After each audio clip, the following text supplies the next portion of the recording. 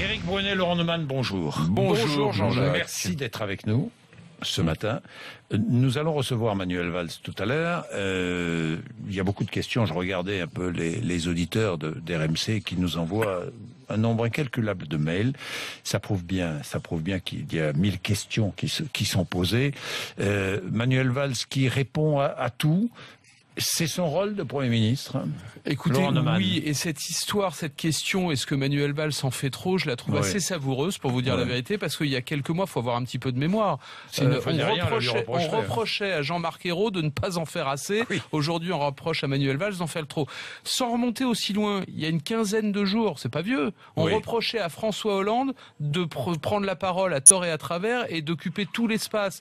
François Hollande et sa conférence de presse, François Hollande et les frappes en Syrie, les déplacements en province, même quand il fallait annoncer des baisses d'impôts, c'est François Hollande qui s'y collait. Et puis après, on a reproché à Macron d'en faire trop et de prendre la parole à tort et à travers. Aujourd'hui, c'est Manuel Valls. Pourquoi on dit ça? Parce qu'il était à Air France, mais c'est bien normal puisque l'État en est actionnaire. Il annonce l'augmentation des taxes sur le diesel. C'est normal, c'est un arbitrage.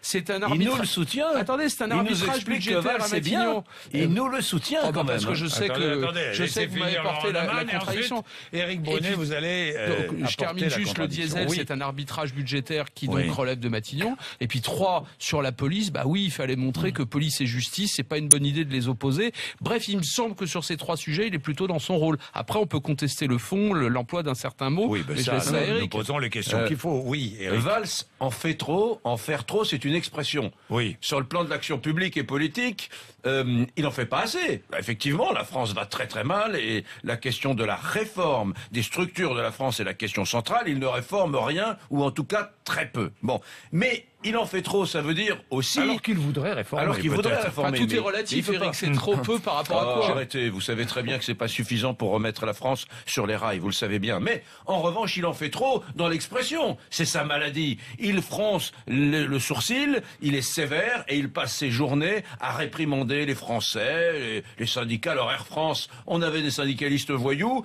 maintenant il se rend compte qu'il n'a pas été assez de gauche en disant cela, alors maintenant il tense un peu la direction d'Air France. Oui, il en fait trop. Il intervient à tout bout de champ. Ça n'est pas la fonction d'un Premier ministre de la France. Il est en train de faire ce que la gauche reprochait à Sarkozy il y a quelques années, c'est-à-dire d'intervenir à chaud. Voilà, le conflit d'Air France et Valls, pour ça, sont tout à fait symboliques de cela. Vous avez vu, il y a eu le tout début du conflit d'Air France, il a froncé les sourcils, il a dit ce que fait certains syndicalistes s'apparentent à un comportement voyou, et maintenant il adopte la position inverse. C'est assez pathologique, Éric, franchement. Il faut qu'il arrête. En 1 minute 30, vous avez réussi à dire 2 choses, c'était une chose et son contraire. Vous avez réussi à dire que le Premier ministre n'en faisait pas assez, et en même temps qu'il en faisait trop. Mais j'ai été très clair. Il faut choisir votre camp. Deuxièmement, il n'en fait pas assez dans l'action politique, il en fait trop dans le commentaire. C'est bien ce que je viens de dire. D'autre part, il faut que vous m'expliquiez en quoi le fait de qualifier quelques syndicalistes, une poignée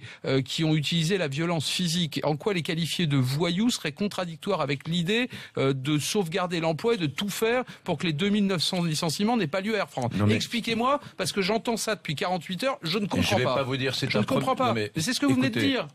Valls, c'est un Premier ministre de commentaires. Il passe sa vie à regarder les caméras en face, en fronçant les sourcils et en tensant, en reprochant à diverses corporations françaises son comportement. Il ne fait que ça. Alors ça donne un sentiment concret. Ça donne le sentiment d'un hyper Premier ministre, mais il ne fait rien. J'espère que ça n'est pas le seul argument de critique de la politique de Manuel Valls que vous avez dans la Il n'y en a pas de politique de Manuel Valls. Il n'y en a pas.